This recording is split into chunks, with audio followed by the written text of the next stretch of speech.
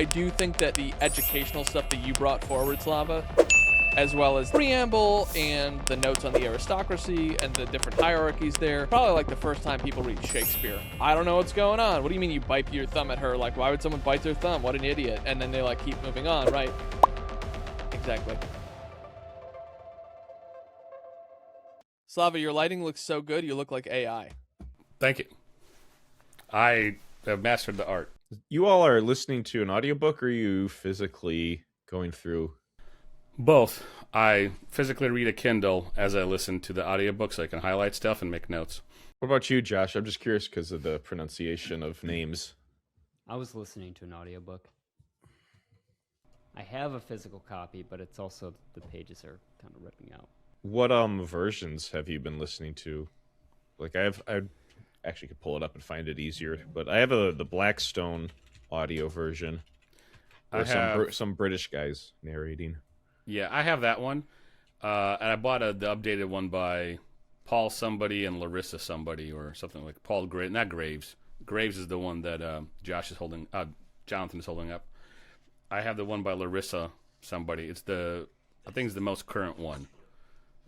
It's right there. That's the cover of the hardcover. It's that art style makes the animation we watched last week make more sense in my head. Same. Yeah. I know that to me it's somewhat of a joke that British people, particularly the BBC, are notoriously bad at pronouncing non-English words and names. But I do wonder how accurate the audiobook I have. Not accurate at all. Even the guy reading the current translation is inaccurate. And I don't know what it is. I've bitched about this in a podcast before. I don't know what it is All the time. that people can't pronounce Russian like words. Or because when you guys are born, your parents are drunk, and they go. I don't care. Listen, okay. Like when you go to the Mexican restaurant, you don't order fajitas. Hola. You don't say fajitas, right? I did before I got married to a Latina. Okay, well then you're an ignoramus. You're a pedestrian. Jalapenos on. Can I put the jalapenos on the side? Yeah. So I don't care. Like if you look at any American media, let's just say the last 50 years, somehow these white can pronounce Chinese halfway decent, Spanish, Italian, French, but when it comes to Russian, they're like, oh no, Boris? Is his name Boris? Like, you're just a lazy ignoramus at that point. Like, you, a well-trained English actor, whatever, or American actor, have him play a Russian role, and it's always Boris or something. Like, they can't pronounce simple words, and I have no sympathy.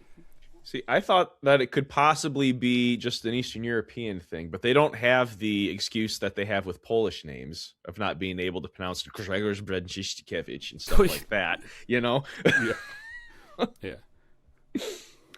Yeah, Polish, I can understand why Polish confuses people more so than Russian, because it's not Cyrillic, but it's just consonant upon consonant. So I think the brain breaks unless you've studied the language. Layer 5 consonants together, and yeah.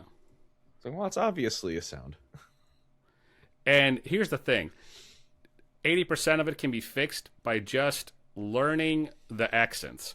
Just the same like Spanish. Like where do you put the accent on? Is two L's? You know, what does two L's make in Spanish? Learning like 5 things about the language. As an actor, I think you should be doing that. Oh, as an actor, for sure.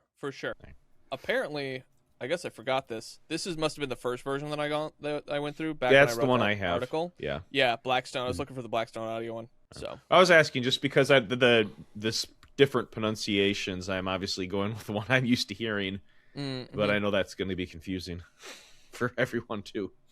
I mean, the one Will, I think he was in English, like an English accent. British accent. He's a British actor. Also, I really love this version of the book because it comes with like the torn pages. I don't know if you can see that. Yeah. I love when they do torn pages. It feels more like an older manuscript. Feels like it came straight out of Russia, 1848. It's always nice when you can publish lower quality materials and, market it as Yeah. market it as feature, a reason to market as a upcharge. Yeah. Look, I'm not ashamed to say that I bought this because of the illustration. I also buy wine this way. The wines that I bought Slava last year when I was on my honeymoon, I tried them first, but the label was also really nice.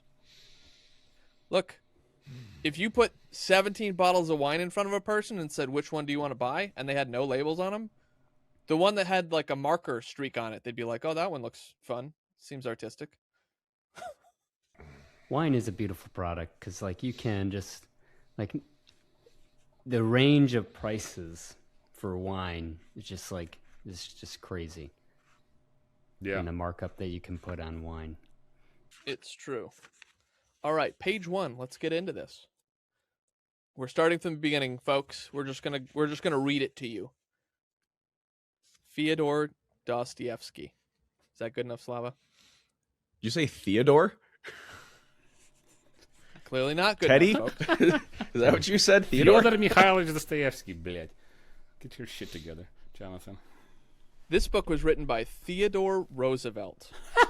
Better. That's better. I'll accept that. All right. Mm-hmm. He also had the man in the arena, so instead of the great man, is the man in the arena who murders a pawnbroker.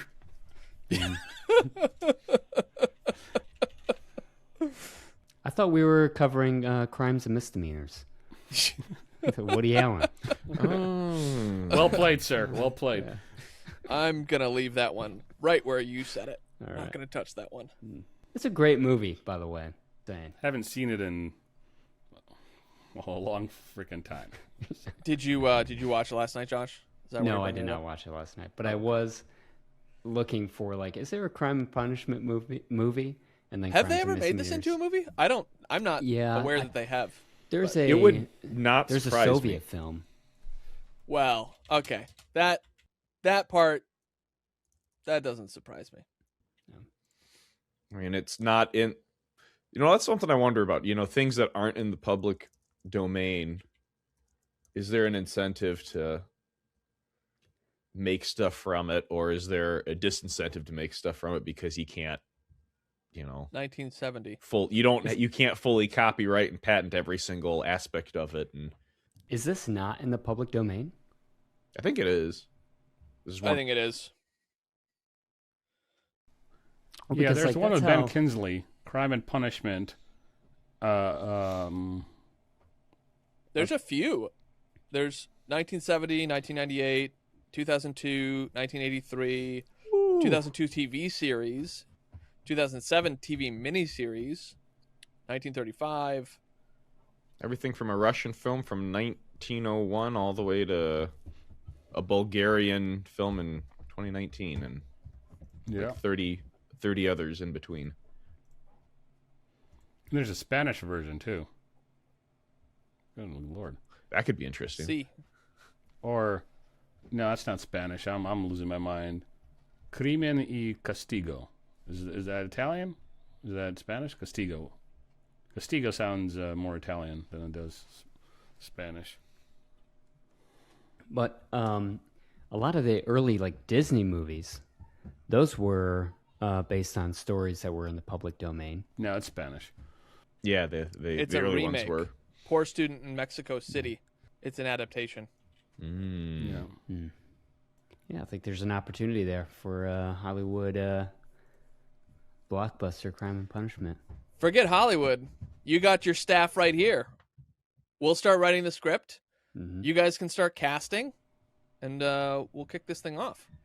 Lean into the AI, have AI write your script and create Ghibli style art animations. Well, we could hire Fiddlesticks. Actually, that'd or be whatever. incredible. See, yeah, I think that would sell.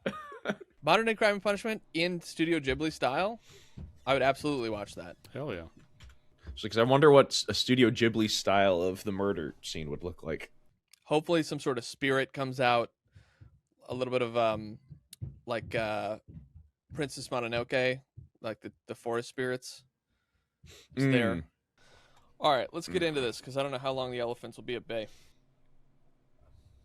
Chris, you wanted to mention something about wheels? Well, I was saying that part 2, the wheels. How many wheels were there in part 2, Jonathan?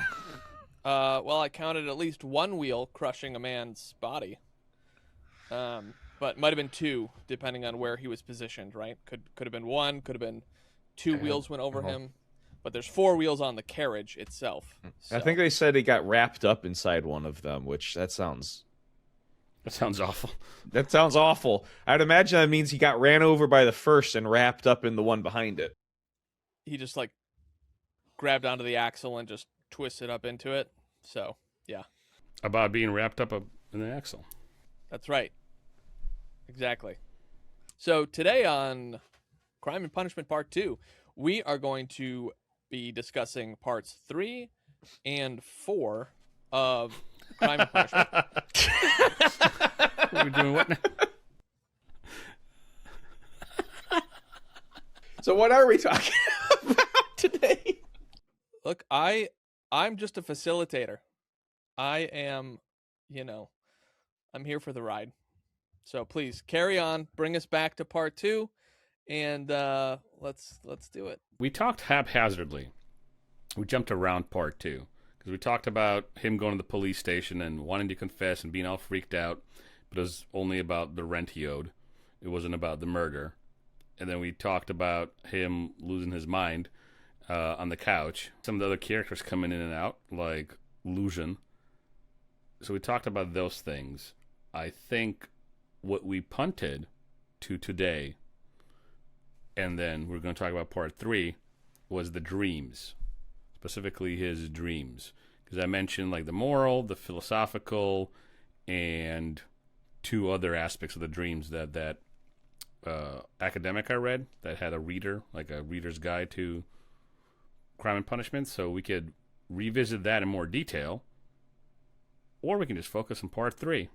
Yeah, that's actually, and it might be something we can reference back to in parts in the future, because I remember the first time I was reading this book, there were even parts in as late as parts 5 and 6, which we'll get to probably next week, where I was like, is this even happening? Is this conversation that's going on for pages and pages and pages actually a conversation that actually happened, or did he imagine the whole thing?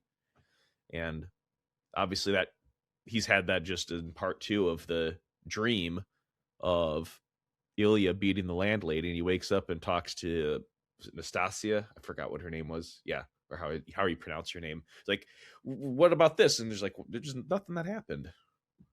Yeah, so what they're saying about the dream here, this dream contains shame's essential components: exposure, painful self-consciousness, desire to flee, and paralysis. The pain of shame aroused stems from Raskolnikov's sense of being exposed, and it triggers feelings of inferiority, inadequacy, and defectiveness.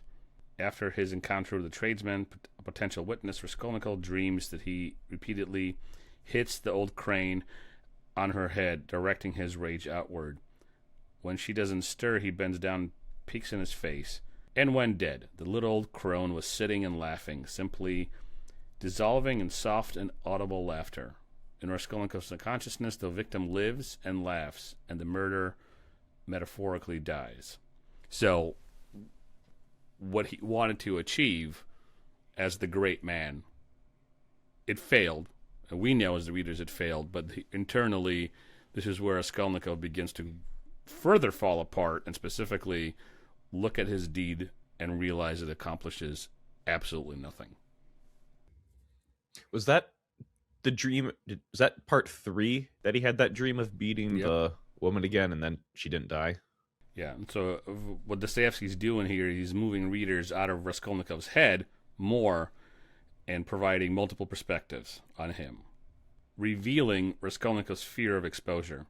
So his unconscious dream of the impotent murder, as this woman writes, uncovers his sense of failure.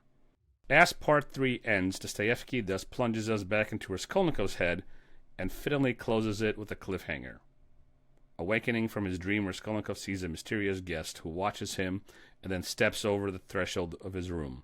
Svidrigailov has arrived, but Dostoevsky's 19th century audience has to wait 2 months because it's serialized. Okay, that's not But yeah, so his dreams here, his second set of dreams, is revealing his failure and him realizing that he's failed in his so-called, I'm a great man and I'm doing this for the betterment of Russia by killing this old, crow, as he calls her. But does not come to fruition. He realizes what he's done is a horrible thing. So we have the first dream of the horse, and that's him looking at the world. It's an insight of how he views the world. And this dream is his subconscious telling him that he is literally bifurcated. He's split in half. He has these tendencies to do good and to feel sympathy. He has these standards of justice, but he ultimately does the opposite by killing the old hag. There's no justification for it. And he's not the great man that he thought he was. So that's the Dostoevsky's critique on the great man theory, I would posture. And I think when we get a bit heavier into part 3, because that's where they go into what his theory is with a lot more detail. Mm-hmm. Yeah, in part 3, we could go into a lot more detail of X. I think it was chapter 5. Yeah, part 3, chapter 5 is where they go through that. But in part 2, we spend a lot of time in Raskolnikov's room. Yeah. It's almost where the entirety of part 2 takes place in his room, except for him going to the police station about rent at the beginning, and when he leaves after his conversation with Luzhin, and Zamatov dying at the end of... Not Zamatov. Marmeladov dying. Yeah. Marmeladov dying at the end of part 2. Josh, you're not the only one that gets names mixed up. And, so, part 2, I like where you're going, Chris. So, part 2, he's in his closet, as it's called, right? The Garret. And he's inside his head all the time. So, he's inside this, I would say, physical representation of his head.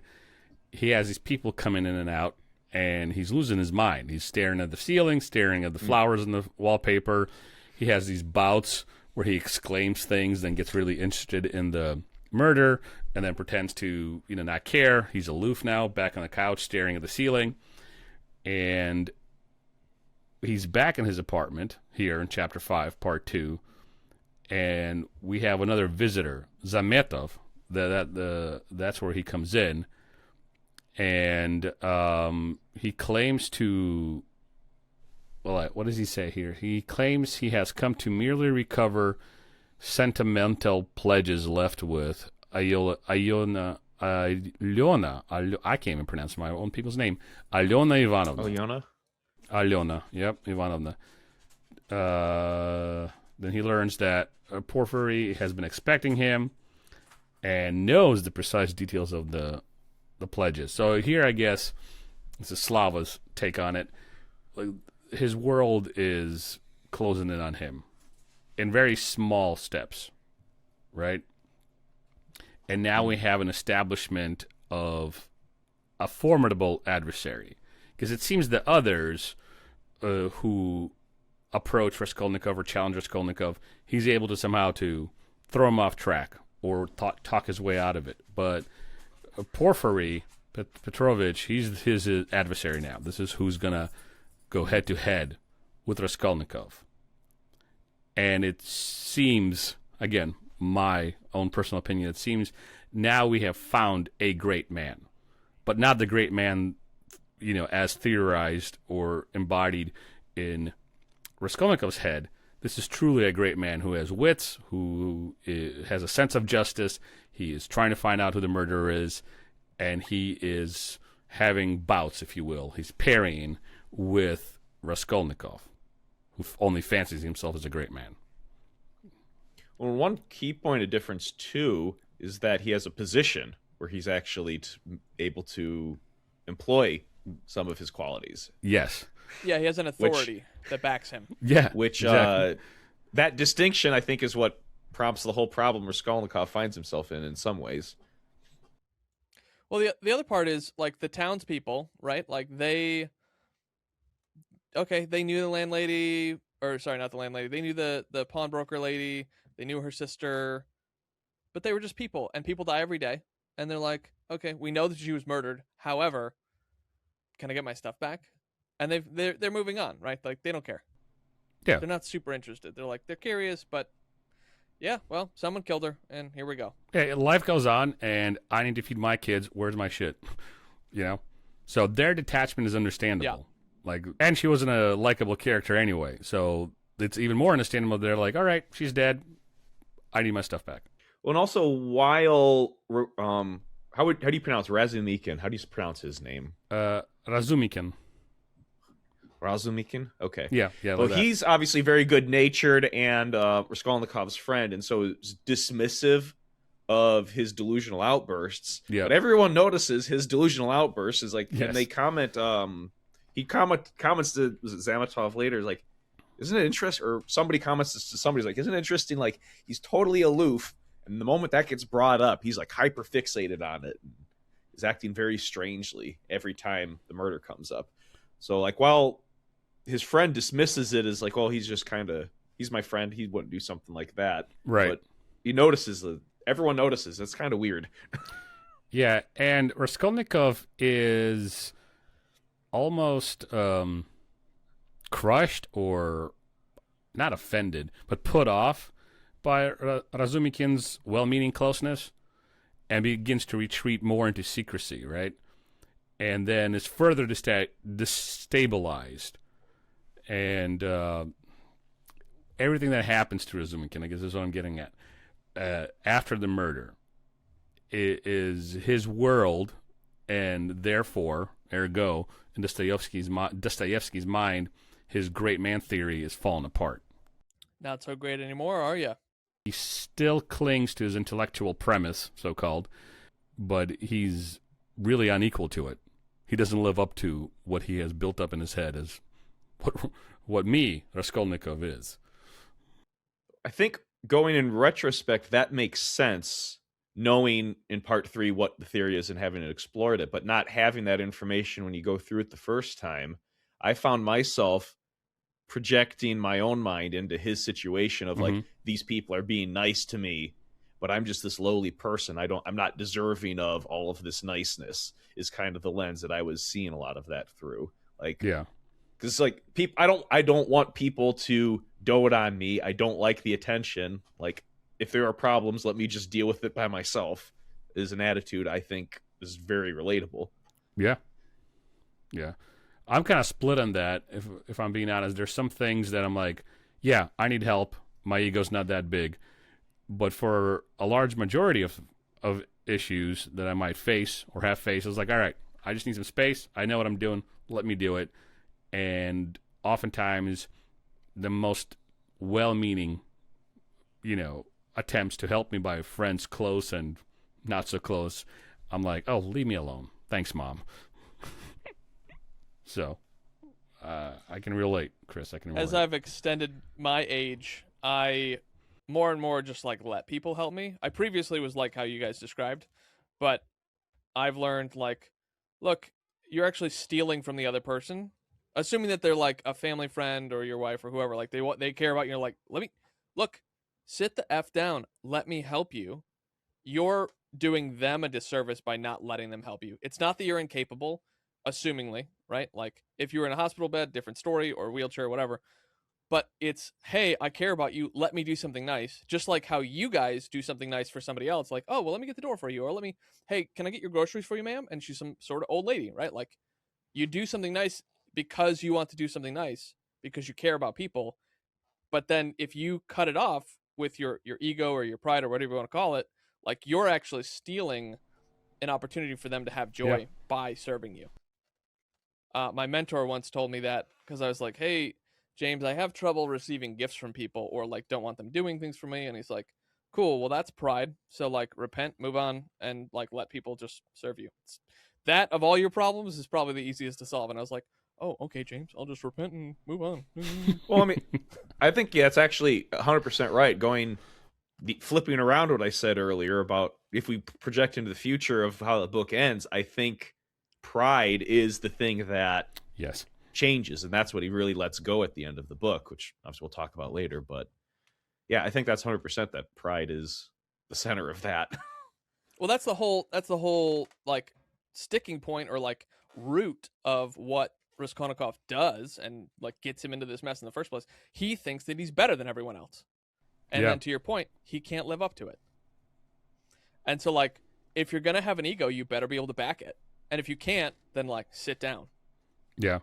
And his murder of the two women, like he murders two women, so obviously there's shame, what we just talked about, or I mentioned a little bit ago, but there's a literal failing and a figurative failing. Like he also kills his own self, his dream of greatness, the idea itself is completely destroyed. And what Dostoevsky, I think, is pointing out is he got the idea from somewhere, and it metastasized in his head. And then some rando in a bar was talking to another rando in the bar, and that gave him the courage, or kind of put the stamp on it for him, figuratively speaking. He's like, yes, and he goes and It does was a it. sign. Remember, it was It like yeah, exactly. It was a sign. But then at the we end of talked the day, about this because he's like serendipity. Like I don't know if this is vile. I shouldn't do this. Blah blah blah. And he's like he hears in the bar and he goes, "Oh, God's talking to me. I need to kill these women. God has told me." and so at the end of the day, what that does, the outcome is it dismisses morality in order to serve his ego, to serve that pride. It goes beyond that. He gets to be God because Yes. he gets to decide what morality is Right. with the great man theory. Exactly. And I'm glad you said that, Jonathan. I read, it's in English, but it's a Russian Orthodox view or understanding of crime and punishment, and taking into account Russian Orthodox theology and apologetics and the Theodicy, which is how do we grapple with evil in light of God. We believe God is good, all-knowing, all-powerful, yet there's evil in the world. So some of these folks on the Orthodox side, these are modern thinkers, they're saying that what Dostoevsky was saying is when you abandon God, because we established in the first episode Dostoevsky's a Christian at this point, he's a traditionalist, he's a Slavophile. Caveat, he's looking at both sides, the left wing and the right wing, and he's trying to make himself or present himself as a centrist, which he believes he is, and I think I believe that. But anyway, back to the blog I read. They're saying is, from an Orthodox Russian point of view, the minute Raskolnikov abandoned God, he sets himself in the place of God, and therefore it's easy to accept the great man theory. There is nothing that governs how I act or treat my neighbor, even those neighbors that are a little bit repulsive. I make the decision, pawnbroker has to go. And he, with wild abandon after that sign from God, goes and does it. Then ends up killing a completely innocent person as well. So I Just think the cost of doing business. there you go. Yeah. Well, I was going to say, did you say he was a Slavophile? Dostoevsky? Yeah. Fyodor. Dostoevsky. Yeah, Theodore Roosevelt was a Slavophile. Yeah, so remember from last episode, there was the Westernizers, or the Westerners, Westerophiles, whatever you want to call them. I think they're called the Westernizers, and the Slavophiles. And on the left, you had the Westernizers. They're looking to Europe for salvation. They're looking at the French Revolution, the English Revolution. They're looking to the works coming out of Europe, Hegel, all that stuff. And they're like, this is the way to beat our situation. This is the way we get out of the situation we're in. This is the way Russia, advances. And they're utilitarian. They're nihilistic in their approach. And the Slavophiles are just as violent in times and just as rabid in their beliefs, but they are the right wing. They lean heavily on religion and tradition.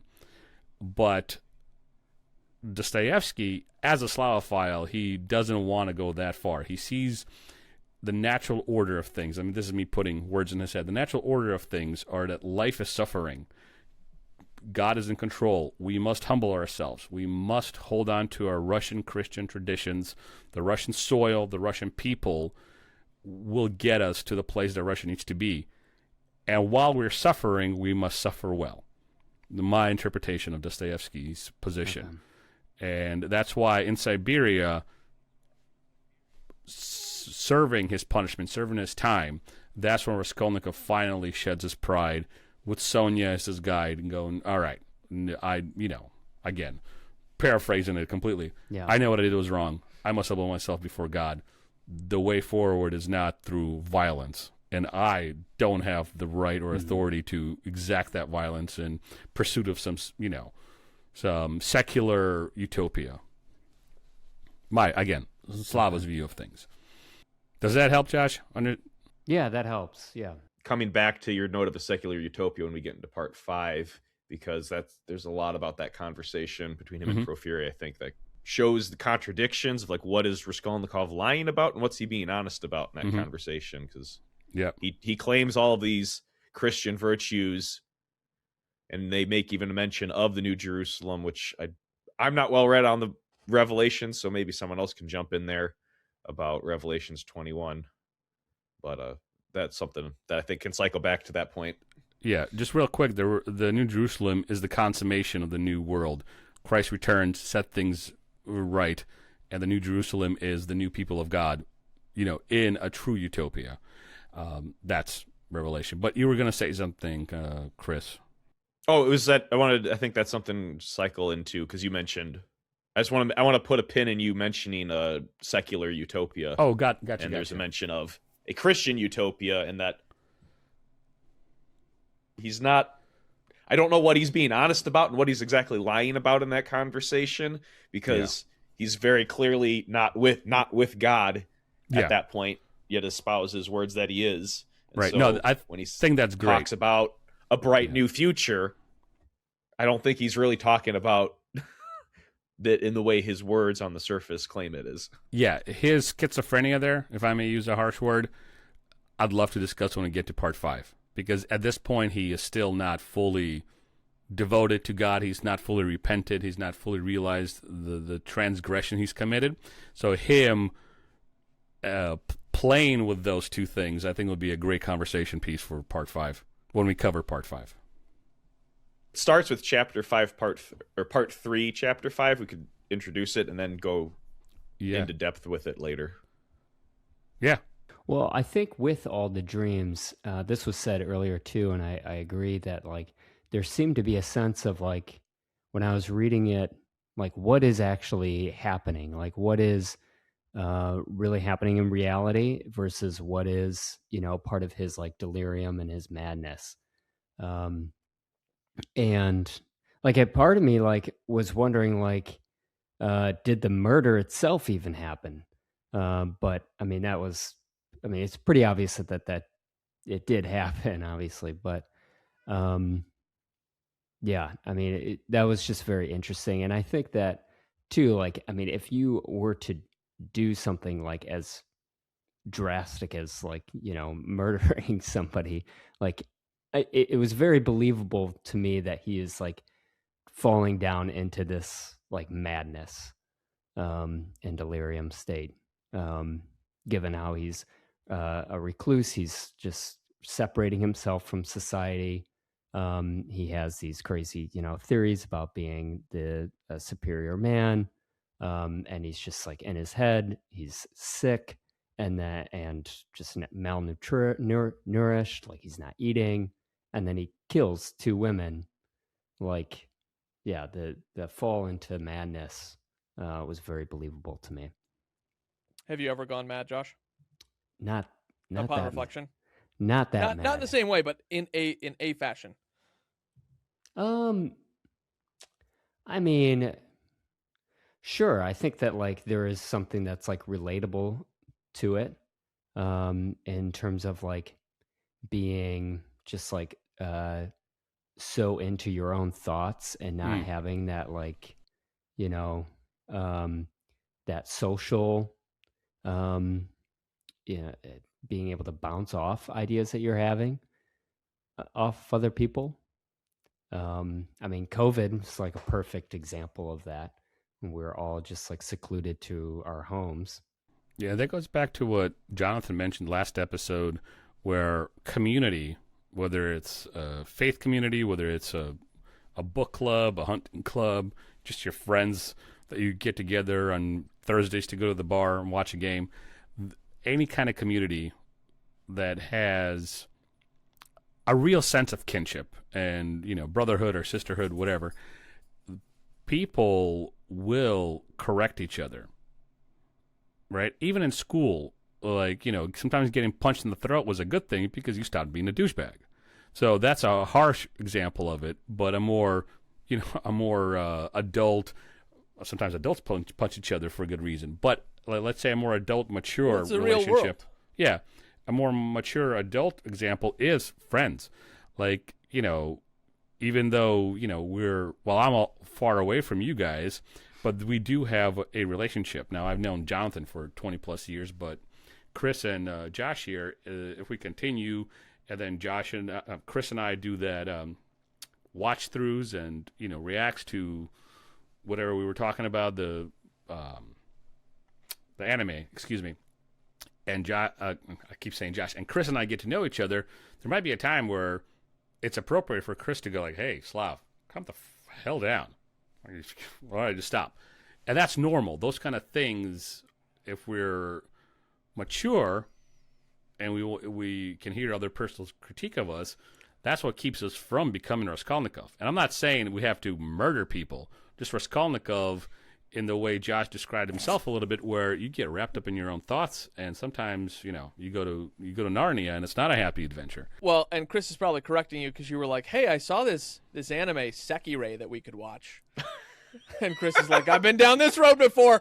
I'm not doing Kill it. a la kill? No way. Maybe not watching that." I've never seen it. You have, Jonathan. Yeah. Right, but that's the thing is you don't have to. You missed the whole joke. Yeah. All right. No. So Correct Kill a la Slava kill. before he takes you down that Have path. you seen What Kill a I- la kill? Anybody seen Kill a la kill? That is Kill la Kill is actually amazing in all Yes. of the best ways. But here's the thing. So there is a scene in Kill a la Kill where there's a close-up of a cloth. It's covered, but it's still a close-up of a body part. And it's flashing across the screen. Lots of lights, anime, craziness. And my wife comes down the stairs and looks at the TV, looks at me, looks at the TV, looks at me, just kind of sighs and just continues walking with her coffee. And then you have to go later and say, "No, you don't understand. No, It's it's about art. the It's smothering, overbearing mother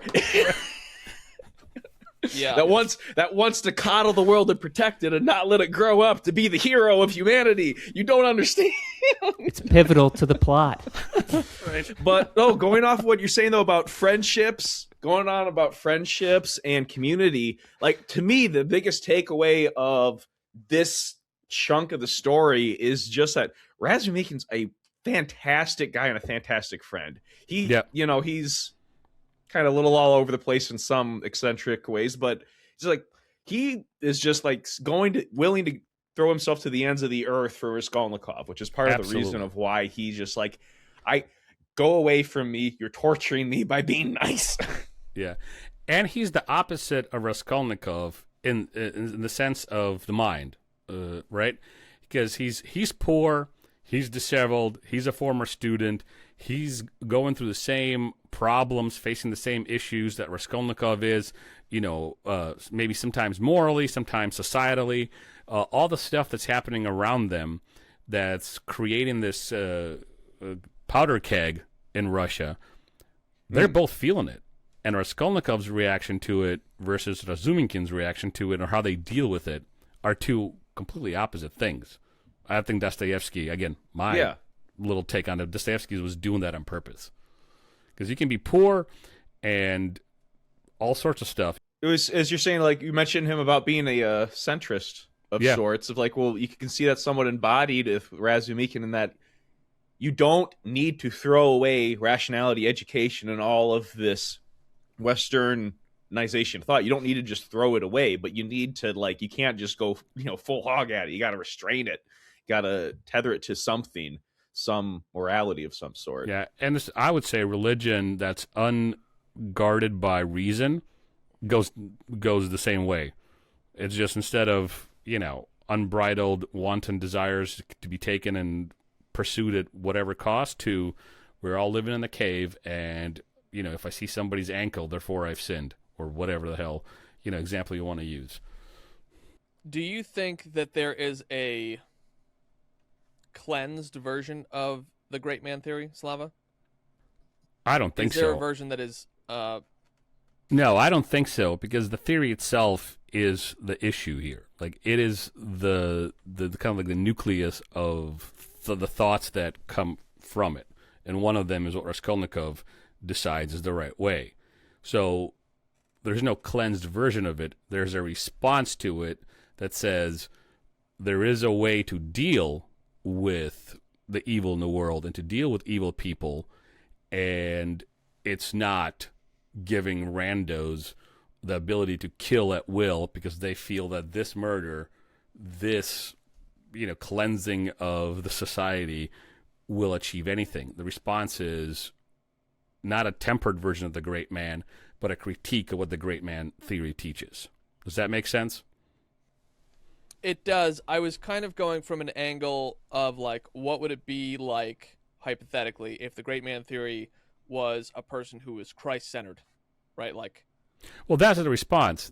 okay. That would be the response. The Pope is the great Thanks, man. Josh. Yeah. That's the response, because Christ is the ultimate great man. He's the new Adam. So a person who is Christ-like will, through suffering and humility and subjection to God's law, will bring about the New Jerusalem. Acting according to the law of God, doing what he's called to do in the place and time he finds himself, that is the way forward, not what the great man theory teaches, where there is no God, we're here, we must pursue utopia, which in these people's minds, it's inevitable. There has to be utopia, but how do we get there? Well, we get here through utilitarian means. And I know for some of the listeners, that's just, bottom of the rung, that's a Sparks note. It's deeper than that. There's people who will disagree with me and say, wait, no, but it's this and that. Yeah, at its base, that's what it is, and that's all we're talking about. That's the response to your question, Jonathan. You were saying something, Chris. Oh, I think that we were saying actually as a response, I was thinking of it in the way Jonathan was phrasing it, as if there's a revision of it or a different version of it that maybe is more palatable. But I think you're phrasing it as a response or a critique, I think makes more sense. And that I think that there is something there, which is why it has so much, right, why it has so much potency with people. But that, I mean, it's hard for me to think about how this is sitting in the world, 160 years ago. But today, in a world where we are surrounded by rules to the point of where a bureaucracy just covers everything, and it prevents people from to being virtuous themselves, because I don't have to think, I don't need to be a moral agent, I'll just follow the rules, and therefore I'm a good person, without, which has its own problems of where I think we kind of are today, in that if a person is allowed to be and cultivate virtue within themselves and live virtuously, this giant swath of rules, you don't really need them because you will still be moral. And I think that is where the difference is with Raskolnikov's theory of that, if you're a great man, you can transcend morality. That's where I think it ultimately falls on his part, which is a consequence of, his, in the Orthodox view that Dostoevsky is writing, I guess, is that the rejection of God and replacing God with yourself. But I think that there's a nugget there. There's a nugget there that has been corrupted into something. And I would add a little parenthetical, because I think what you're saying is great. But I would also add a little parenthetical note saying that too many laws can also be a detriment to society, where everything is governed to when you wake up, what you listen to, what you read. That does not, subjecting yourself to that does not breed virtues, or subjecting yourself to immoral laws. There are laws that are immoral, you could argue, right, or bad for society. That we can extrapolate that or not. But there are laws that are bad or immoral, and following those laws does not make you a virtuous person either. So I guess it's not as black and white as people on either side make it out to be. I'm not well read on Aristotelian ethics or any of that, but if I were to maybe summarize this into a nugget, it's that rules should be the midwives of virtue and not their eternal nursemaid. Yes. Say that again. Absolutely. And for the modern folks, can you just define what a midwife and a nursemaid is? Yes, precisely. Yeah. Well, like, so you need to give children rules, okay? Because children are chaos. Chaos in a form of a tiny person. Yeah, they don't know anything either. You have to train them. Right. And so, like, you need whatever rules. You want them to do. You need rules to bring them up to live a virtuous life. But at a certain point, especially if you pile on more and more rules, where every single thing is governed by, basically a checkbox, am I doing this? Am I doing that? From an external source, you're not growing as a person. If you somehow, you need to internalize that into your own worldview of, like, I'm going to do this because it benefits me in these ways, and understanding the why, not just the do this. Right. Yeah. You can't just be like, we don't wear blue on Tuesdays or Thursdays, and we don't wear red on Mondays. And then, they're like, well, okay, which day is it? And you are teaching them to externalize, just to your point, Chris, that they don't get to be autonomous. They don't get to be a person. They have to just follow whatever is being given to them. And that's it. Which then you have an issue of, like, just hive mind thought. What is the group doing? I guess that's what we're doing. No questioning. On top of, like, how do they live their lives now? Because you didn't teach them to be a person, to say, hey, sometimes it's okay. It's good to question the understanding of, well, why do we don't wear red on Monday? Well, it's because we're going to the bullfighting arena. Oh, okay. We go every Monday. That's why we don't wear red. And there's, like, reasons behind these things or whatever. But if you don't teach them those things, to your point, you're totally missing the fact of, like, you're supposed to train these kids in a way. They're not going to just have innate morality. That's just not a thing. So they're going to go off to their whims, doing whatever. And if you don't put rules in place to teach them, hey, we don't touch the hot stove because it's hot, it'll hurt you. Even though they're like, well, I want to experiment. I'm curiosity runs my life right now. Don't touch it. And then you slap their hand. Like, that's not abuse. That's protecting them from not hurting themselves. Or they run towards the road because they're just having fun playing tag. And you're, like, yelling at them because there's a car going 50 and a 25. Like, and then you tackle them because you're trying to protect them. Like, that's okay. You're trying to save their life because they're about to die. Anyway, I might be a little close to this topic. No. Well, I will disagree with you about jaywalking, okay? Jaywalking. Yeah. Well, look, that's the inevitability of why you pull kids away from the road, is because you don't want them to get run over by a car. But if you teach them why you don't want them playing in the road so they don't get run over a car, if they start understanding that rule, then you're going to have jaywalkers because, oh, there's no car coming. I'll just walk across the street right here, which, yeah, is fine. But then you need to know the time and place. If a car's coming, don't walk in front of the car. I was going to say, I swear you and I have jaywalked probably like a million times together. Oh, so. Yeah. I still remember, walking around off of a coffee shop with you after a class in university is like, can we just walk 6 feet to the crosswalk? You're like, no, and it's like, there's a car coming. They'll stop. Like, so don't talk to me on jaywalking, Jonathan. That's the New Yorker I lived in and New Jonathan. York. What do you want? Yeah. No. Like, I know. He's got to New tell me all about, New York made this food so much better. You should try this at this restaurant I went to there. They make it so much better there. I hear it all the time from you. Katz's Or I Deli used is to. incredible. I don't know. You shut your mouth. So anyway, Put some pastrami in your mouth. I want to say two things in response to Jonathan's comments. So some things that we do, and we're going to use a religious setting, are just tradition, and they're neutral. It's just tradition. Like at my church, we take communion by intinction, which means you have the bread, you dip it in the wine, you take communion. That's a church tradition. In some places, you have to take it separately. Some places use leavened bread. Some places use unleavened bread. There's different ways of participating in the sacrament of communion, and there's different traditions. So if you're answering a question at my church, well, why do we do this? Well, the pragmatic reason might be, well, it's faster to get everybody out of the service, or the tradition might be behind it. Well, this is what we adopted, and we believe the people who created this tradition, who instituted intinction, we just believe it is an appropriate way to express our faith. So there's that kind of answer, right?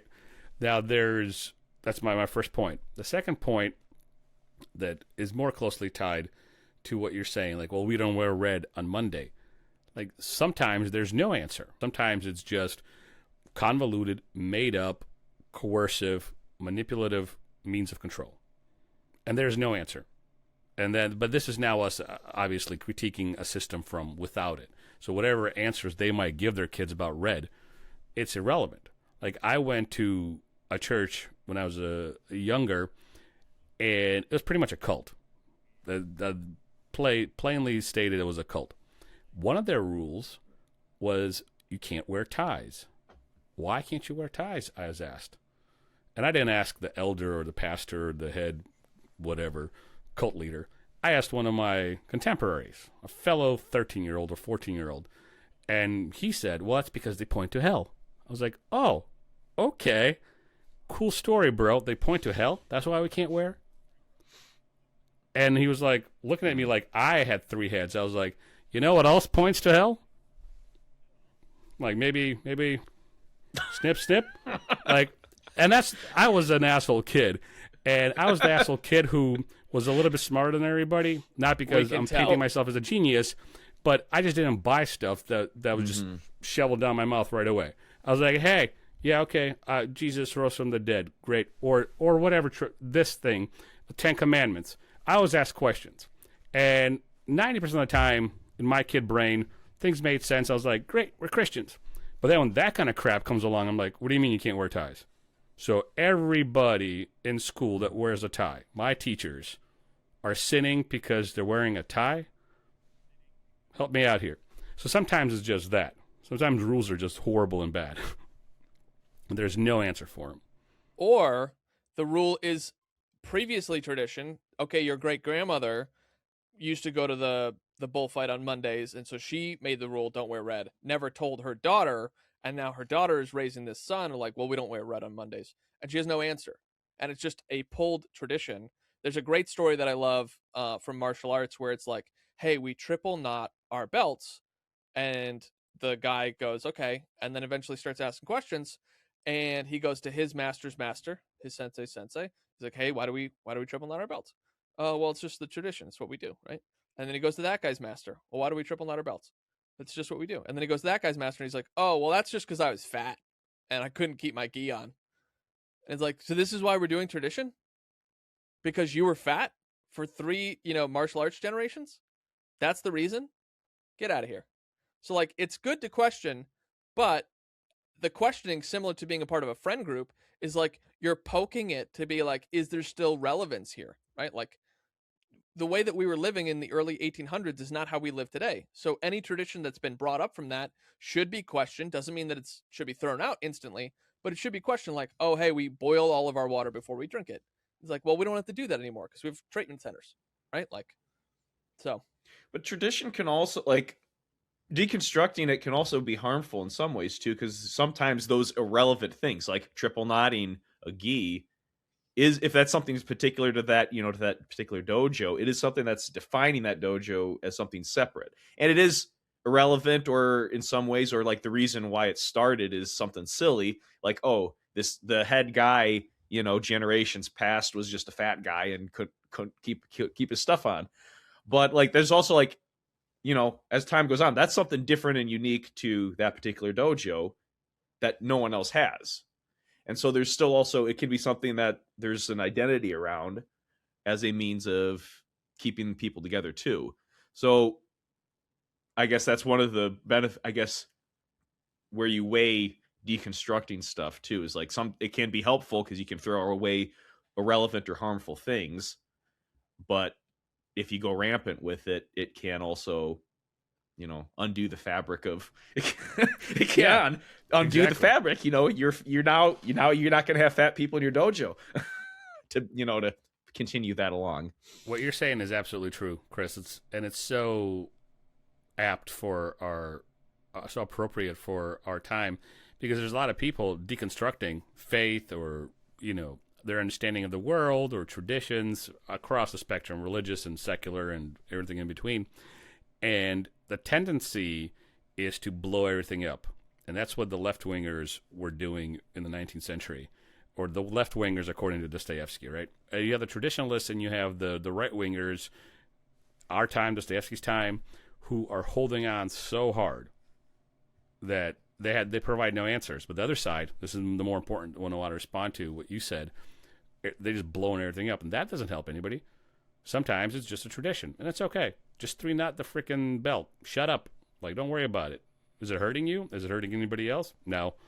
All right. It might be a silly tradition. Yep, we're silly, but we're still, going to 3-knot it and move on, because the world, has bigger problems than 3-knotting a belt. This is somewhat related to what we're talking about, but one thing that really bothers me in our society today is if you go to a restaurant, or you look at just buildings that are built today, there's not as much beauty that's put into it that there used to be. So perfect example of this, I was watching this video the other day about when London went through a huge revamp. They had to improve their sewage system, right? Because they just had a terrible sewage just going into the river, and just it was a unhealthy situation for the city, right? And they built the sewage system, and these buildings that were used were these beautiful buildings, whereas today it's just this ugly concrete buildings that we have for sewage and for water treatment and all of that. And now those old buildings that are no longer in use, they're now museums. Or if you look at old train stations that were built, there were just these beautiful train stations, and now it's just a ugly box. And so I don't know, I think that's tied into what we're talking about in terms of tradition. It's there may not be a perfect reason for why you want to build this building to be beautiful, but you can't, it's hard to explain, but there is a purpose behind it. If that makes sense. Yeah, it does. Well, I was just going to say, it just it adds to the culture of a society or civilization. And we were talking about, Chris, I think you had mentioned that, some traditions are just what makes us who we are. And so. Yeah. I mean, on the point of architecture, it's why you can look at a building and go, oh, that's a Japanese architecture. Oh, that's a German style roof. That's French architecture. That is a New England home, just looking at it. And there's something about it that in terms of function, you could just do a concrete box or a glass box and you can have a person living in it. But yeah, no, there's aesthetics are very individual to every person in a way, but also shared with the people around you. And correct me if I'm wrong, Josh, but I think what you're getting at is sometimes when we throw away the baby with the bathwater, we abandon things that are more neutral and have nothing to do with the past or the institutions that created the issues or the problems that we think we're fixing. And it also, at the same time, strips away good things. Not forget the neutral for just 2 seconds here, but the good things, like the care that was put and used to make a train station that was ornate instead of just a box with a hole in the ground. Am I close to what you're saying? Yeah. No, absolutely. That's exactly what I'm saying. When I was going to, we had an eclipse that happened, I think it was last year or about a year and a half ago. I think by when this comes out, about 2 years ago. And it went right through the Rust Belt from New York all the way down to like Missouri or something like that. And I went and drove to Ohio to be right in the middle of it. And what struck me was that going through the countryside, even just the countryside of Ohio in the small towns, there were so many brick buildings that were just absolutely gorgeous. And like, I don't have that anywhere around here. It's all glass skyscrapers in the city, and not that. 2 ends with Raskolnikov basically confessing to how do you pronounce Zametov? I'm sorry. I'm used to the audiobook's pronunciation in my ear. Zametov. Zametov? That's where like pizza. Zametov. Yep. Zametov. That from that point going forward, to me, is where the tension of the book, I think, really starts picking up for me. Of where he's gone out. He's now left his garret. He's gone out into the world and is just acting crazy and playing with people in different ways. Maybe not necessarily intentionally playing with them, but like he's wrestling in his mind, like, oh, should I confess to them or not? And taking every little thing as maybe like a personal insult. Like, oh, does he think I'm not capable of this? Let me get as close as I can to confessing, and then, dancing away like a giddy schoolgirl who's just happy he got away with it. Yeah, but that was so interesting to me that it's like he wants to be discovered, right? Like he wants to be credited with this thing because he wants to be the Ubermensch or whatever. Yeah. Yeah, because he's prideful. Exactly. Yeah, I think he toys with confessing at least 5 times before he actually does. And yeah, it oscillates between, oh, I must confess, to what Chris, you just described, the giddy schoolgirl. So I hope somebody notices that I murdered a guy or a woman. I did the right thing. 2 of them. Well, he constantly, when he's framing it, he's thinking, it seems to go off as that, oh, he only committed the 1 murder, forgetting that he did 2. Right. 1 murder as in like 1 event, because it happens back to back. However, yes, 2. Is that how they intended? Is that it was 1 event of 2 people being killed? Because if that's how they intended it, I'm always taking it in as if like, oh, he just killed 1 person. And I think in his mind, he doesn't even think about Lizaveta. He's always thinking about the pawnbroker, because that was the original action that he wanted to take, because killing the pawnbroker would have accomplished whatever the hell he thought he was going to accomplish. Lizaveta was just a casualty, right? Of whatever he was doing. And so in his mind, I don't think he even thinks about her. The cops aren't treating this as just, oh, it was a murder. They're seeing it as 2 distinct murders. There's 2 dead people, and we have to find the guy who did it. But for him, I think it's kind of, what was the word for it? It's not the linchpin, but whatever he's centered on, whatever he's focused on, is the actual murder of the pawnbroker. That's what drives him mad and insane, and he oscillates between shame and schoolgirl glee, is the murder of the pawnbroker. If I'm remembering correctly, he never goes, oh yeah, and Lizaveta, that was so horrible, or, well, I guess shit happens. He doesn't go like that for her. He focuses on the old woman. So in his head, I guess, that was the conscious decision he made. The other was collateral damage. Yeah. Part 2 ends Marmeladov dying, and they go in a lot of detail about his sudden charity that springs out of seemingly nowhere. Yeah. Towards the family. Yeah, so he watches this guy get crushed, or like he shows up just after, right? And then he helps bring the body back to the family. They call a doctor, and he gives them basically all the money he has so that he can, I think, prove to himself that he is a good person. Yeah. Yeah, I can buy that, because, again, if we talk about the dreams, one of them is what, he should be, like the kind boy who is repulsed by the treatment of the horse, who's the property, like the owner destroys his property just for grins, I guess, or he's mad that the horse doesn't perform, to him going, nah, murder is all right, especially of this old woman, she deserves it. So I think that's him going back and forth in his head.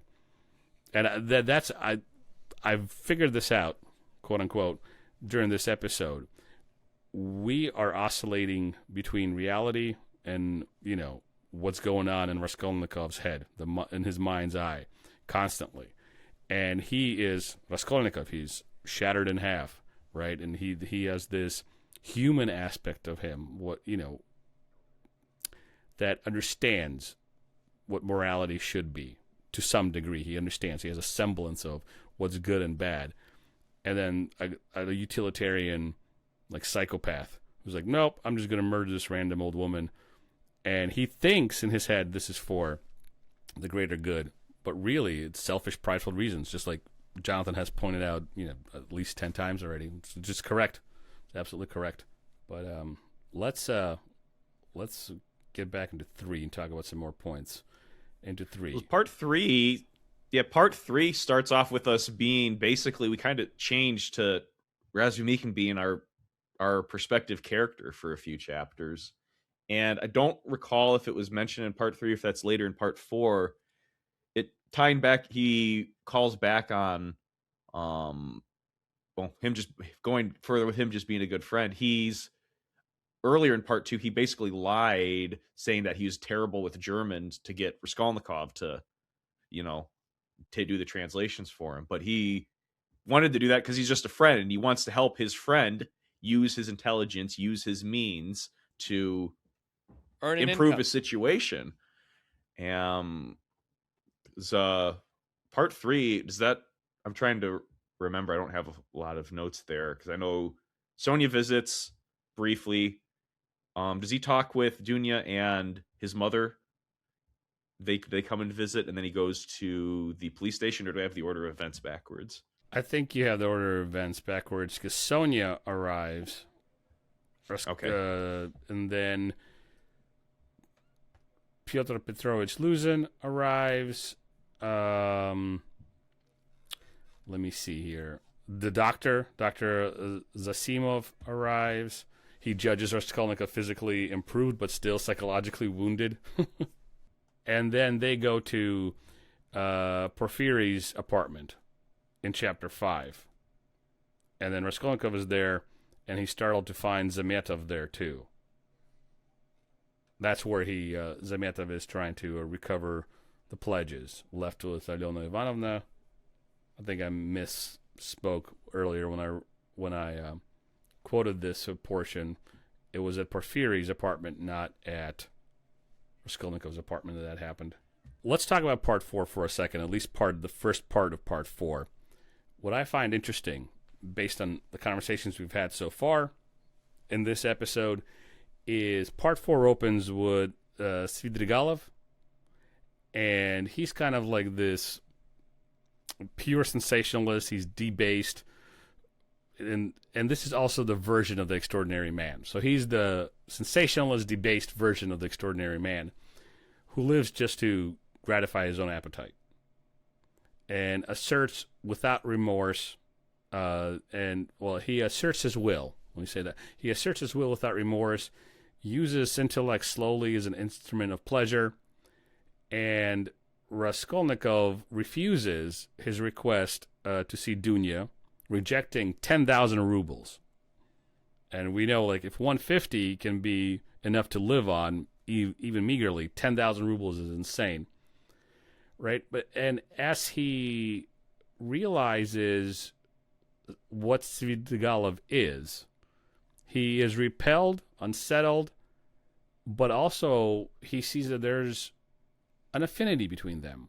They both seek to place their personal will either on others or above others. And it kind of reveals, Slava's note, reveals what this theory looks like when it's fully stripped of any moral restraint, which, for being honest, Raskolnikov has a little bit of it. Even though he commits this murder, even though he says great men shouldn't have moral restraint, they should do what they need to achieve greatness or propel the society forward, he does have some moral restraint. But looking at Svidrigailov, he realizes, this is what this is, and yet at the same time, he knows that they're cut from the same cloth. So I wanted to open that up for discussion. So this is the curious thing is we, not only in the book but also in real life, you'll meet people who err or strongly live into the great man theory because they're like, well, I am above the law, right? And they live it out in whatever flavors they pick, whether it's, sex, drugs, and rock and roll, or murder, or some other flavor of thing. I'm going to go live on an island and create a farm and whatever, right? But they do believe that they have this sort of bigger than life self, right? So seeing Raskolnikov have a conversation with another person who has that, and then to your point, Slava, he's like, oh, but tell me more. But Raskolnikov doesn't want to do the actions required to get to that guy's level, per se, right? He's comfortable being I don't even know what to call it, an equal in this great man theory, just simply by personal award, right? He's just like, well, we're both great men theory. He doesn't, consciously acknowledge that, but that is sort of what he does, even though he's also a little bit repulsed and interested, and he lives in that tension, right? Mm-hmm. Which is curious. Was Svidrigailov born into a higher standing though? Because I might be misremembering this. I thought that he had gotten into trouble, ended up in I don't know if it was a debtor's prison or something, and his future wife, who is notably older than him, just plucks him out. So it's here's this hedonistic man who's in trouble. Here comes this cougar who's gonna, pluck this little guy and have him be her personal plaything. But yet he still later continues his ways and allegedly beats her to death, or possibly conspires to beat her and poison her that causes her death, which plays into why he has this money he's offering Dunya, but also that Marfa, I don't know how you pronounce her name, his deceased wife also has money left for Dunya as well. In that, to me, seeing all that swirled together, it's almost, to me, I feel like he's seeking Raskolnikov out in part because of his own desires regarding Dunya, but then also when he sees him, he's like, I see something similar in you, almost as if I've killed somebody, allegedly. Something about you tells me that you've also killed somebody, allegedly. And it kind of seems like there's this otherworldly, I see the same thing in you. I'm interested in you. This gets into something that I kind of mentioned in the last episode, that there are these... serendipity is not the right word, but there's a metaphysical draw that Dostoevsky is using as a tool to give characters choice and present them choice, as well as draw the plot forward, right? It's super subtle. Some people might say that I'm reading into it, but Dostoevsky, being a Christian, also Christians believe that there's a metaphysical world that has good and evil, and will try to nudge you in a direction. You still have choice, free will, but there are seeds and things that get put in your mind because of random happenstance. Raskolnikov at the bar, where he's like, oh, God's telling me to kill this woman, right? It's no, that could just be a moment of temptation, right? There are things presented before you, and then you always pick the path you're going to go down. And this, to me, is another one of those instances where Svidrigailov.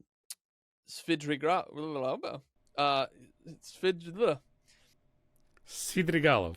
I'm not going to pull a Slava. Svidrigailov. Yeah, okay. Yeah. Svidi.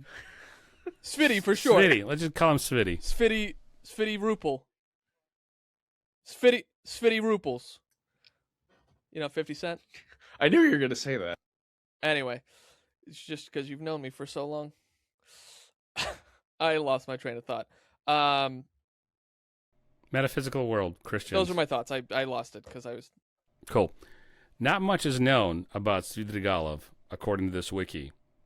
He was in the cavalry for 2 years, and knocked about in St. Petersburg before marrying his wife Marfa. He then moved to the country. His gambling habits led him to be briefly thrown into debtor prison. Marfa bailed him out. In the country, he quickly realizes he can't be faithful due to his insatiable lust for women. So he makes an unwritten contract with his wife that he can sleep with whoever he wants so long as he keeps her in the know and stays romantically committed to her. He lives in the mansion with her, so he did marry up, and has many maids, many of whom he shows a ravenous sexual appetite for. He rapes a mute, deaf 15-year-old girl, leading to her suicide. Eventually, Svidrigailov takes note of Dunya, and, well, the rest, as they say, is history. That's what we read about in detail. And I don't think, I'm reading the wiki, unless the wiki's completely wrong. Wasn't the child related to why the other servant hung himself too? Yeah. Like, Yep. they said something about how, like, what was it? I forgot his name. Peter, I forgot. It began with a P. Like, one of the other servants, like, hung themselves. Yes, that happens too. Yeah. And I think he overhears... Philip. Yeah. Philip? Okay, Philip, yeah. I think Svidrigailov also overhears Raskolnikov admitting what he did to Sonia, and then uses that to torment Dunya, but doesn't, turn in Raskolnikov at all. So he's a swell guy, Svidi here. So the point I was making, and I'm glad we went on this. Interesting. Yeah. Sorry. Yeah, the point I was making. Sorry, let me just get this out, and I'll let you guys talk. I think we're on a lag because this has happened numerous times. The point I was trying to make before we went on a little side quest here is Svidrigailov, Luzhin, you have these examples of different versions of the great man theory, right? Like these men who are just do whatever they want in order to achieve their goals, whether it's to sleep with Dunya, whether it's to marry her for selfish reasons like Luzhin does. These things are stark examples that are thrown in Raskolnikov's face. And because he's split, part of him is revulsed by it. That little boy who saw the death of the horse, that part of him is revulsed by it. And the other part of it is like, yeah, I can understand these guys. And more than just like, oh, I understand why an abused, victim would go on to abuse others. Understand with some level of affinity, and a scary level of affinity, at least, inside his head. And for us as readers, you're like, oh, wow, you should understand him that well. Anyway, guys, you guys were going to say something, both Chris and Josh. Well, I think that's one of the reasons why he understands them. I think that's why he hates them so much, and why he's so reluctant to receive any help from other people around him. Is he understands them, and he doesn't like what he's understanding. Yeah. Yeah. I was just going to say, I mean, yeah, the that backstory that you went through, Slava, with Svidrigailov or whatever. Yep. Svidi. Yeah, exactly. That's exactly what I said. So you could see why Raskolnikov is just like so repulsed by him. I mean, and for me, what makes this whole thing so enjoyable for me is that all of this is wrapped up in a very tense psychological thriller style of writing. In particular, that reveal of the fact that when Raskolnikov's confessing to Sonia, it then goes outside the room, and it says, Svidrigailov, make sure to get a chair so he can listen in next time with more comfort. Yeah. And using that as the reveal to, somebody knows what's going on. And he just wants it for entertainment purposes for himself. He doesn't even want to necessarily hold it over his head. He's just like, oh. Just like the reader, for entertainment purposes. I think I said, I don't know if it was earlier this morning or last week, it all blends together that in some way we're all Raskolnikov, in some way we're all Svidrigailov too, and it's terrible. Yeah. I wrote a blog about how this is the worst book ever written, so I don't know if I can be thrown into that lumping of people because I was not entertained. I was frustrated and annoyed that this guy doesn't just kill himself so the book ends. Wow. Okay, illusion.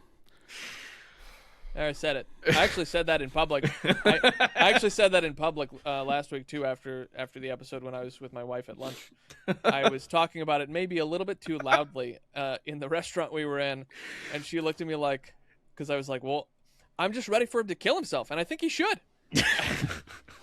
And there was like a couple old women just having lunch by themselves, and they kind of like. And then I made sure to mention it was about reading Crime and Punishment also loudly so they don't think that I'm crazy. Yeah. Because I'm not. No, you're not. I said, look, if you're going to kill yourself, do it already and stop bothering me. Earlier, Jonathan, you were talking about how friends, regulate us and bring out the best in people. I think that, we're doing the opposite here. We're bringing out the worst in each other. Speak for yourself. It's like Razumikin's a great friend, and he brings out the best in people. We're bringing out the worst in you, Jonathan. Thank you. So, Jonathan, has your opinion of Crime and Punishment changed since you wrote your blog? Has my opinion of the book changed? Well, I feel like I understand Raskolnikov a little more. I bought an axe last week, so there you go. So aren't you glad he didn't kill himself? Firewood. For firewood. Yeah. I don't have a landlady. Or I don't have a pawnbroker that I go to. Or a landlady. Either one. Actually, okay. Josh, say your thing. Well, I was just going to say, one thought that I've had, like, reading this book is, like, who would be the equivalent today of the pawnbroker that, like, people would look at like, oh gosh, they're such a louse. Like, are they really contributing to society? I think Take your pick. Yeah. I think it might be an insurance salesman, but anyway. Yeah. College lenders. What? Oh, lenders, yeah. Early, get your check early shops. Yep. But to finish yeah. answering, yeah, that's good. But for legal purposes, we do not here at the SideQuest Book Club podcast advocate the people.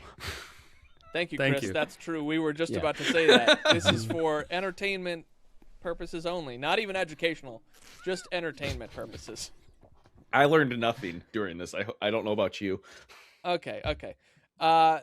So to answer your question, Slava, yeah, I think I would say that my opinion has changed. I believe that I have more endurance to tolerate the inner workings of a person like Raskolnikov, and it could be from my living situation. Who knows?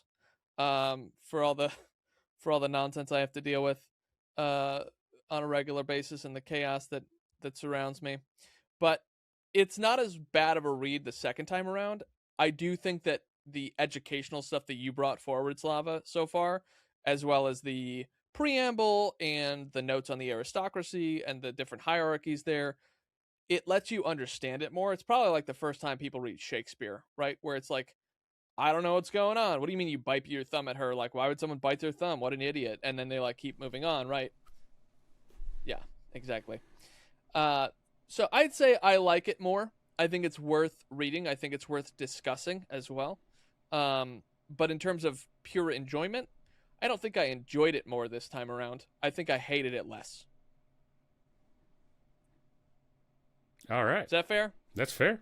Yeah. I think some books aren't meant to be enjoyed in the sense that we enjoy a Brandon Sanderson or we enjoy a Michael Crichton, or pick your, even a classic like Frankenstein or Pride and Prejudice. I think some books, because of their purpose in their time and context, you read for more educational purposes or for more philosophical purposes, not necessarily, oh, this is a great plot and the characters are riveting. They might be, but I think a book like this, because of its original purpose, it's entirely possible. It's different. Any last thoughts, gentlemen, as we wind down? All right. Well, Riveting. Stay tuned next time. Like, any chance I can read through a psychological thriller and also stoke that pretentious, loving to dissect and dive deep into complete nonsense, I'm all for it. So Hell yeah. Well, as you recommended last time, Chris, we'll have to have you on again in the future for another serial book, The Count of Monte Cristo, at some time in the future. I couldn't give you a date on it, but I love that there's a pattern, emerging itself. Yeah, that I would love to. No, it's always great coming and chatting with you about books. Yeah. And I still owe you an answer, Chris. I just had a week from hell. I responded to you just to make sure you know that I'm still alive and remembered. But on your the anime notes you gave me. I figured you'd probably not need to look at it for months. I don't, I'm in my own world and you're in yours. Yeah. Right. No, but I wanted to respond. I'll look at it hopefully this weekend, sit down, figure out, shoot some notes over to you. But I didn't want to leave it just hanging. If you wanted to talk about what a format would look like, I had an idea at the time based off of what that first Dune podcast recording we did was like. Okay. So obviously, things have changed since then, and I might disagree, or you might like what I was thinking. But yeah, we can have a preliminary chat about it sometime. Sounds good. Well, thanks for joining us on Crime and Punishment Part 2. Next time, we will cover parts 4, 5, or maybe a dash of 6. Maybe a little bit of 3 as well. Maybe a little bit of 3 as well. Yes. Or as we do this casual book club, we jump around. So stay tuned, and we will catch you next time. I have a favor to ask you. If you like what we're doing, the simplest way to support the show is to hit subscribe.